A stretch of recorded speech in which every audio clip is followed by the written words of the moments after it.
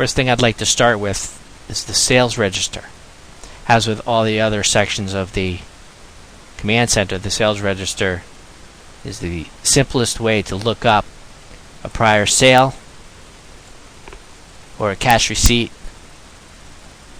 In this case, if we pull up a date range such as 01, 08, we can see all the transactions that took place for all customers, or I could select by a particular customer and see the transactions just for that customer alone.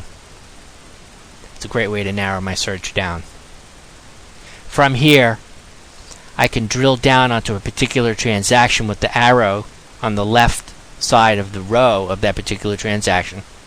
In this case, it's a quote, and I can see what this quote's for, training video. I can see what account the revenue will be posted to, and the amount of the actual quote. Once we're in the quote, I can turn this quote directly into an invoice if I wanted to. And from here, it retains all the original quote information. I can make sure I have the correct invoice number and the correct date, and it will pull all my information in here for Carolina Industries, just as I wanted it to.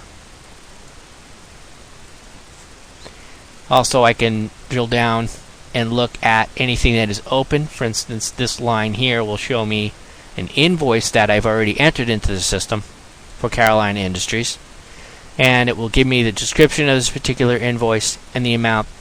And it also tells me down below here, where it says balance due, how much is actually due on this particular invoice.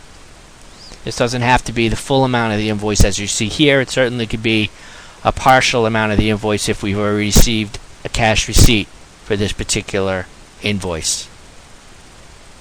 So this tab is showing me all sales for this particular customer, but I can certainly narrow it down just to quotes, orders if any, open invoices, returns and credits, and closed invoices.